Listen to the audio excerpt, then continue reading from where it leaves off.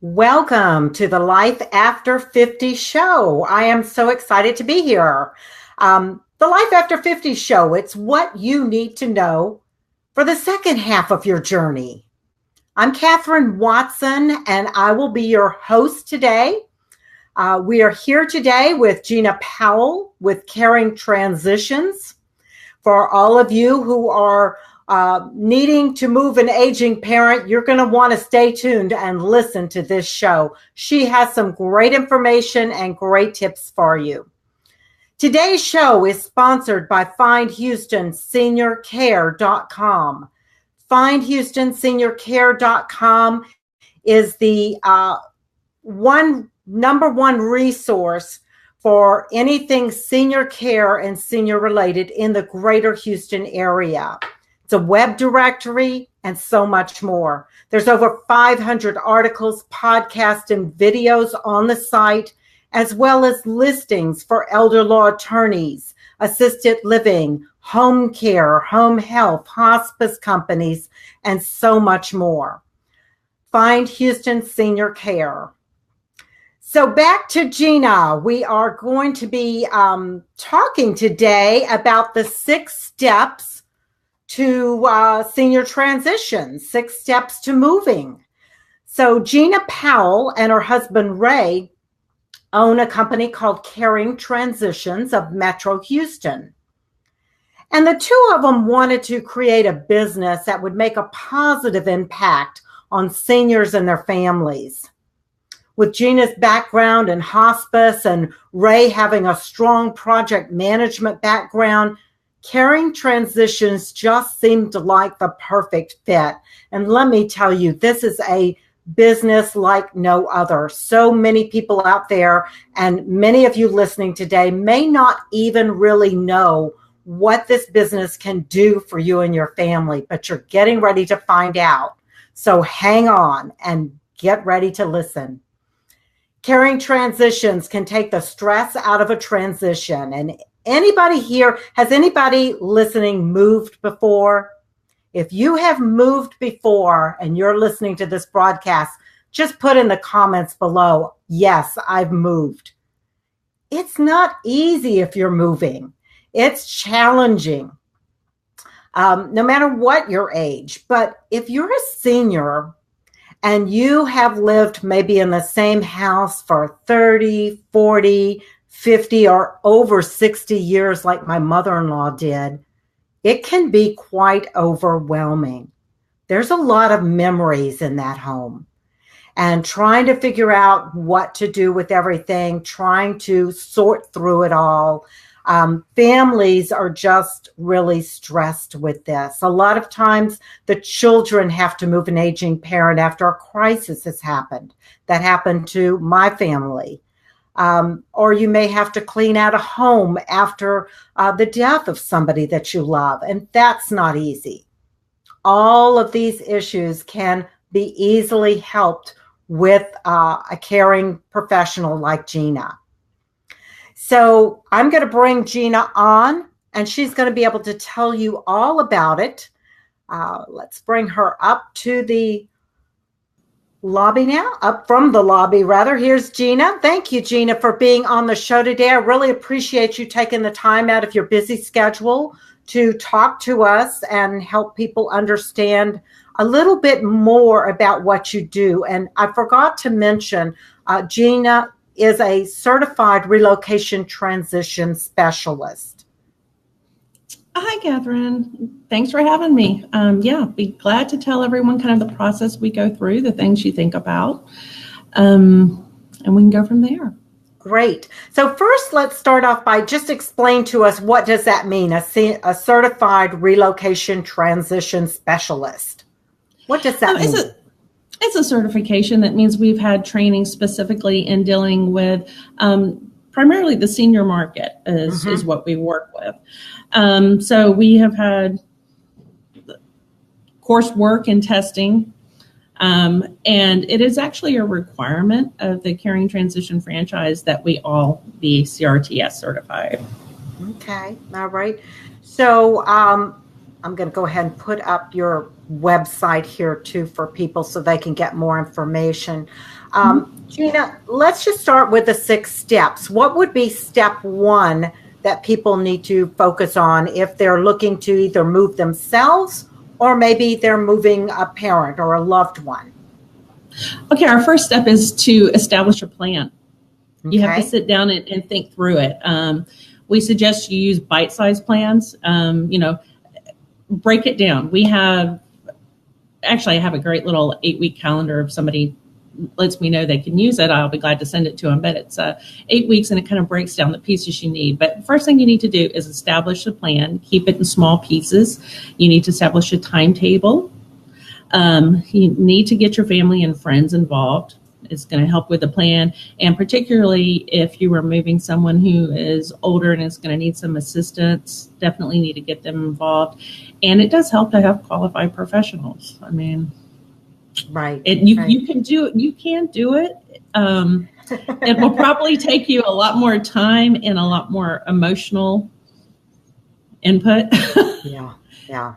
And it's hard. So you and I were chatting before, and you mentioned the fact that you're an only child. And, you know, I know there's a lot of people out there that are only children, my son included, and they worry about these kinds of things because they realize it's all on their shoulders. But even those of us with siblings realize that it often falls on one person's shoulders. Yes. And it can be quite overwhelming. I know with my family, when we had to move my mother-in-law, it was after an accident. She had fallen. She had broken her hip, and we had to move her from Louisiana to Houston, and rather quickly. So we had to size her down from her 3-bedroom, 2-bath house to a small apartment that she would eventually go into. And it was a lot of stuff to think about. So how could you help a family like that? What would you do? What would be the first steps that you would take? Well, the first thing we're going to do is meet. We come out and do a consult. It's just, it makes more sense. You get to meet the people in the space that they're living in. Though a lot of times we do have phone calls and we start the process long distance. But we do try and get in, meet them, see the space that they're in, talk to them about why they're moving, what is coming up. So our first step for a family would be planning, but the second step is right sizing. So in right sizing, as a senior, it's usually downsizing, but right sizing is generally just living in the space that you actually need, not the space you may have, because often they have so much more space than they need anymore. The kids aren't home anymore. So right sizing is actually looking and living in the space that you need. So we talk to them about that. And it kind of depends on where we come in with the family.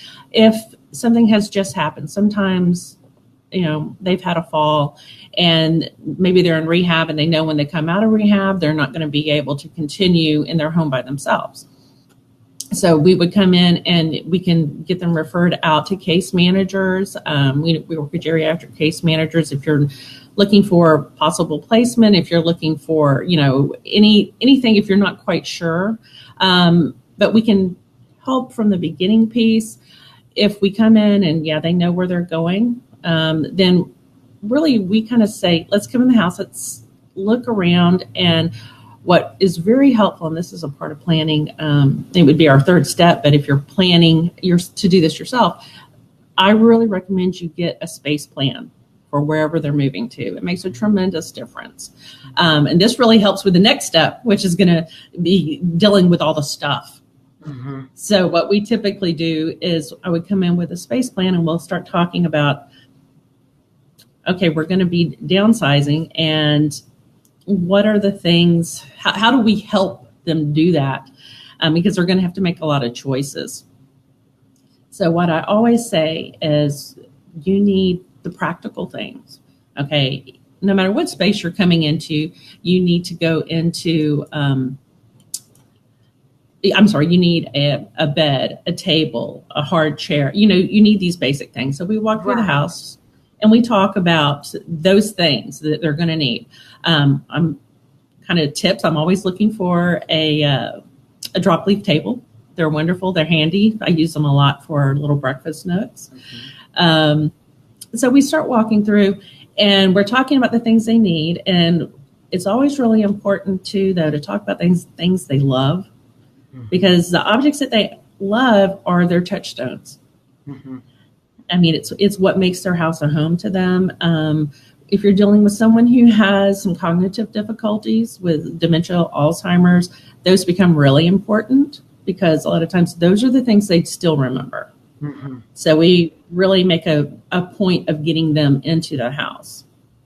So this is all with space planning. We're literally talking through the space. We're measuring the furniture, putting it on a digital plan. So we know. And, that's really important too, because I'll tell you, I've been in a lot of seniors' apartments that are so cluttered that it's actually dangerous for them to try and navigate around. And that's not good. When you move somebody, you want to make sure that their space is safe. And so with the space plan, you're really honing in and making sure that there's enough way for them to move around if they're in a walker or a wheelchair or whatever, or if they may need one in the future, because you have to look towards the future as well for that. So, that's really important. I know when we moved my mother-in-law, it was really important to really kind of focus on those items. And she had a lot of really pretty and nice items. She had collected a lot of antiques from Japan.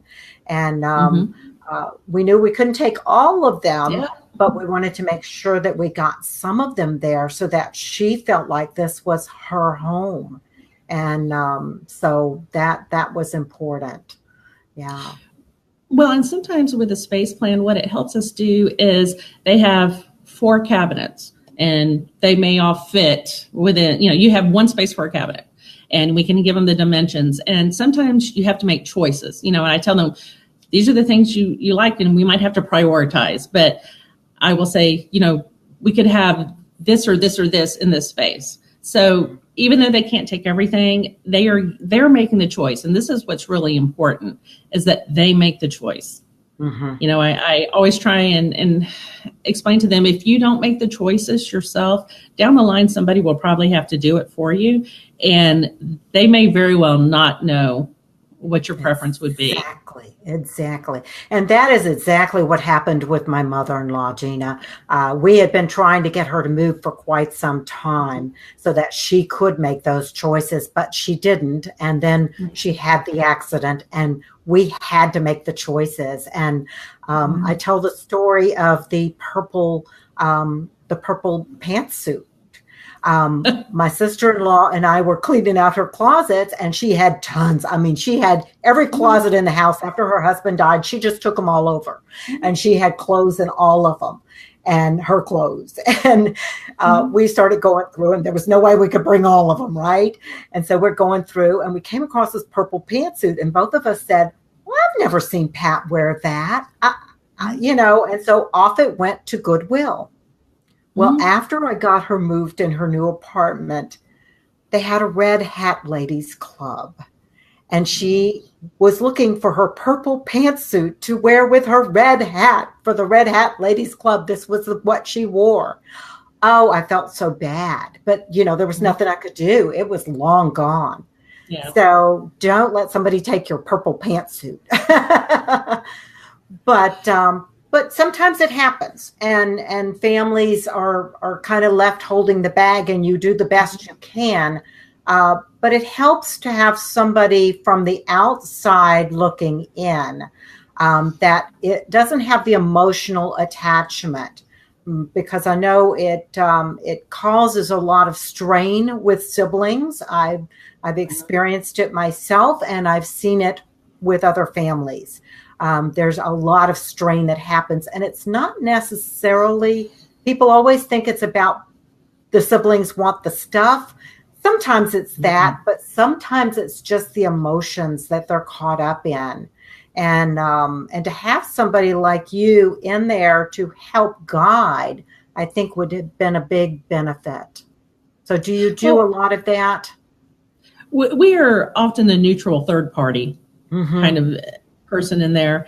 And, you know, it's very hard for families. It's very hard for the people who are giving up, you know, and if you think about it, things they've accumulated, things that don't mean anything to anyone else can mean an awful lot to them. Yeah. And the kids don't know it. So that's part of the stress that is they feel guilty because they feel like they don't know what mom would have wanted. And that's a whole nother level of guilt because they feel like they should know.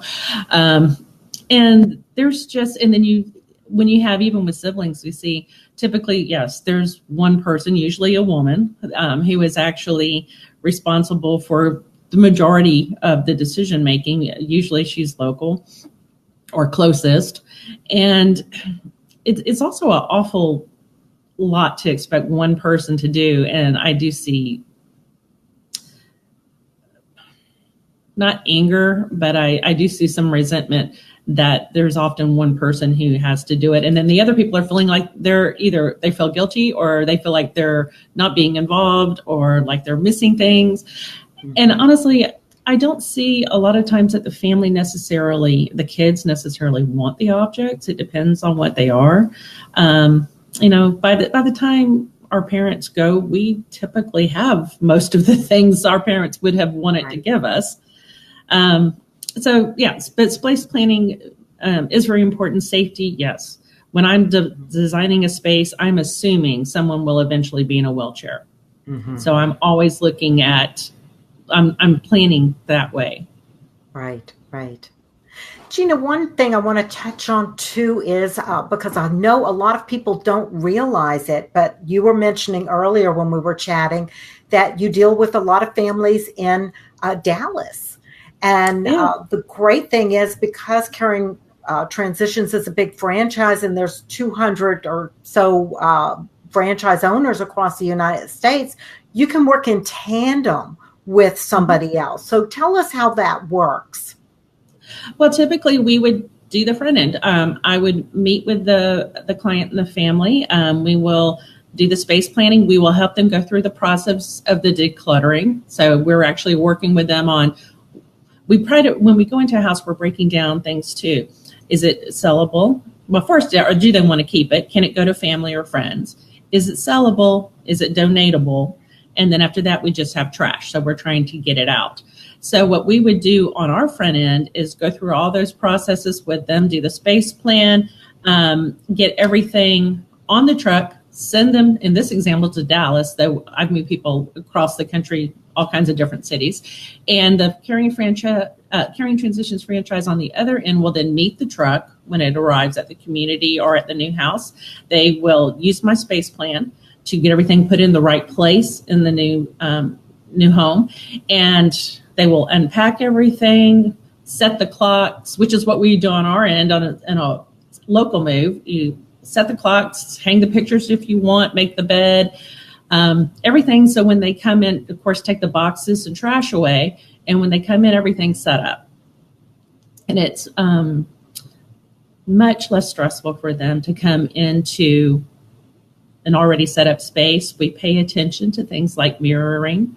So if we are packing their bathroom and they are used to their toothbrush being in the upper right drawer, especially if you're dealing with someone with some cognitive issues, it's really important you try and keep things as close to where they're used to them being.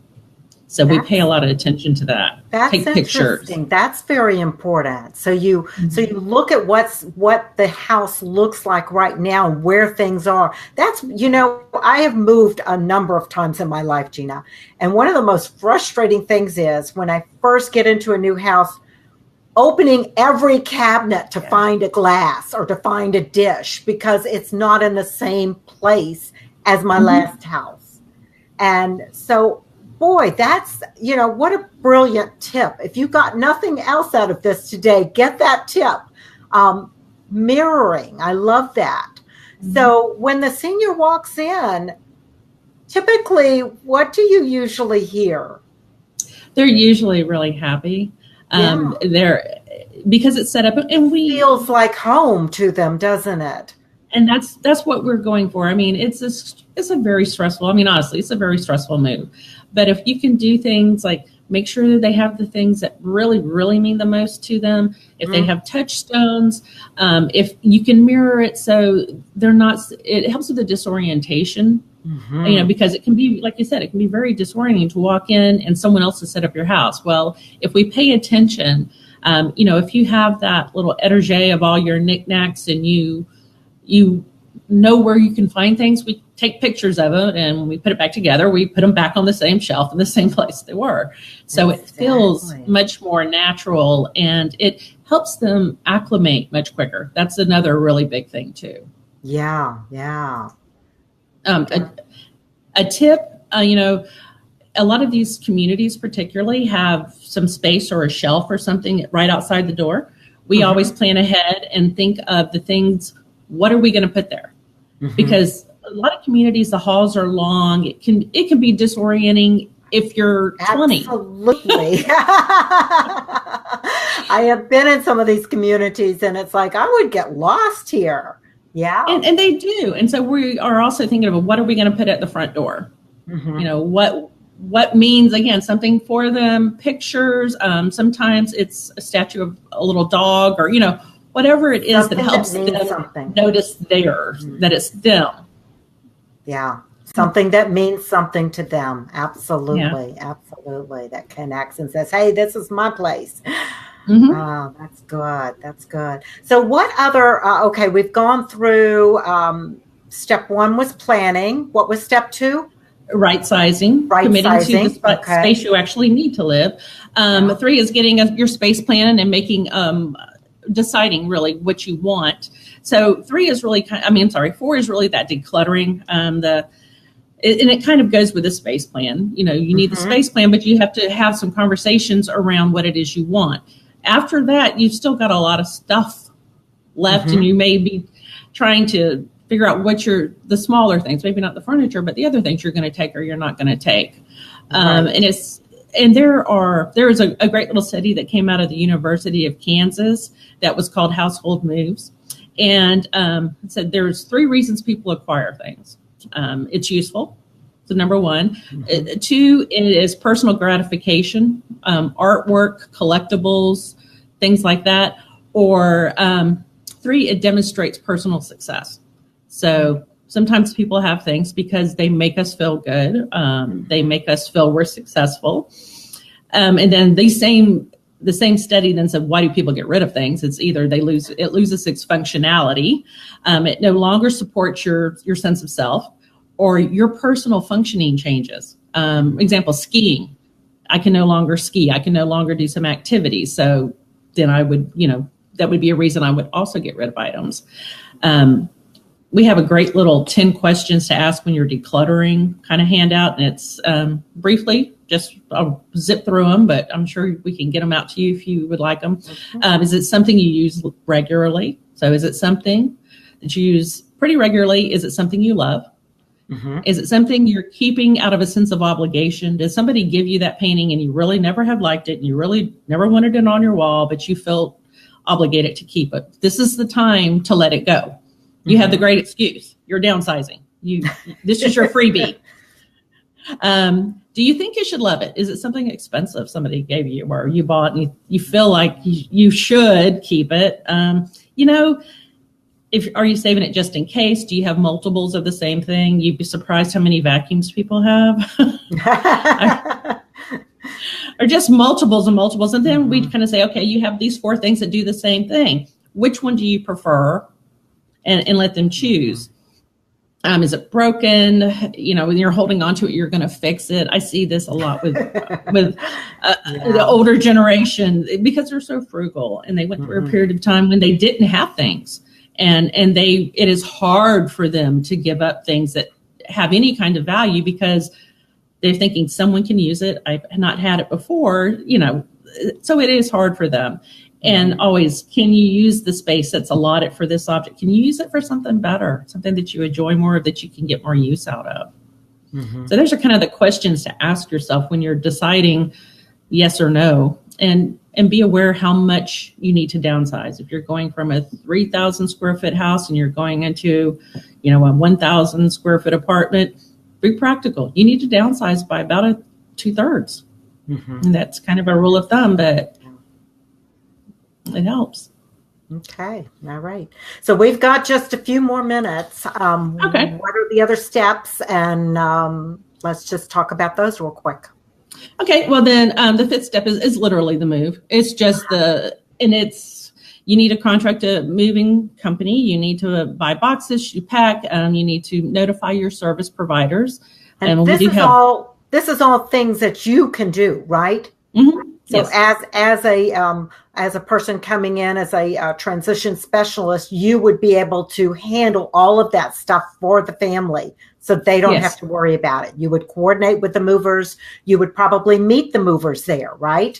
I supervise all moves. Supervise everything. That is huge right there, because families are busy and they don't always have time to do all of that. And also a lot of times what the family needs to be doing is focusing on the person, because we're focusing on the stuff, and as important as that is, it's not the most important thing. They need to be focusing on the family member who's stressed out, who, because we ask them on the day that we're actually unpacking, we don't really need the person in the house. We are moving really quickly. There's tons of boxes, so it's just really not safe. There's tripping hazards everywhere. So that's a great day to take them out and get their nails done, go out to lunch. It's just, and it eases some of their stress. So just make it a pleasant day. I'll give you a call and let you know when we're ready. And then when they come over, the house is set up and they are a lot calmer. And that was number 6, really, is the resettling piece. I think that's huge, huge, huge. And I've seen that work with families before. And, somebody takes the family member off, like you said, for a nice day out. And then they come to their new place and it's all set up and it looks like home and it feels like home. And that takes a lot of the stress, having them there when the packing and the, sorting and the, physical moving of their stuff. It's very emotional and it's very overwhelming. Yeah. So I definitely wouldn't suggest that. Now, quickly before we leave, I also wanted to touch on, you do estate sales and online auctions as well for families. So when they're trying to figure out what to do with this stuff, and they've got some stuff that maybe has some value to it, but nobody wants it. And so they want to sell it. You could help them with that as well, right? Yeah. And typically while we're doing that decluttering piece and we decide what goes, either with the client and the family, then the next piece is it sellable? Is it donatable? And or is it just trash? Because our goal is to get wherever they're coming from, a lot of times at home, get it cleared out. Because that house needs to go to market. Typically, people need to sell their home to continue living in their new community. So we will help them get things sold. We will get things to donations. We will meet the 1-800-JUNK guy. We will get the dumpster, whatever it takes to get the house cleared out. And then it can be turned over to the realtor and sold. Great. Wonderful service. For all of you listening, thank you so much, Gina, for being on the show today. I'm going to send Gina back down to the lobby and we're going to close out. We have got a wonderful show coming up next week.